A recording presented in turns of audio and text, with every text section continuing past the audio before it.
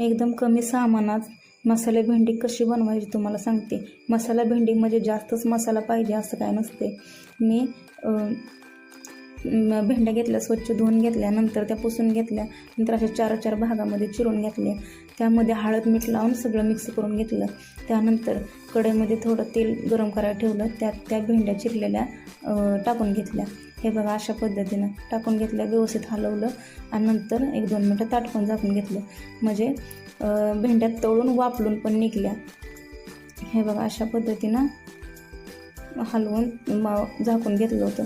हे वाफलून निघाले होते भेंड्या चांगल्या. आता या भेंड्या एका दुसऱ्या ताटात काढून घेतल्यानंतर एक कांदा चिरला, तो त्याच कढईमध्ये टाकून घेतला. थोडंसं तेल ओतलं, लालसर भाजून घेतला. ते कांदा भाजल्यानंतर थोडासा साईडला सारला आणि मध्ये तेल त्या कांद्यालाच ओतलेलं तेल मध्ये आलं. त्यामध्येच मी जिरं मोहरीची फोडणी दिली, थोडासा गावरान मसाला टाकला, ते व्यवस्थित मिक्स करून घेतलं आणि ती फ्राय केलेली भेंडी त्यात टाकून घेतली. हे बघा अशा पद्धतीने मिक्स केली. त्यानंतर मी वरून लसूण खोबऱ्याचा किस टाकून घेतला होता.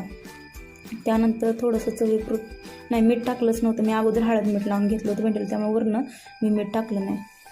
नंतर शेंगदाण्याचा कूट टाकून घ्यायचा. हे बघा अशा पद्धतीने व्यवस्थित मिक्स करून घ्यायचं.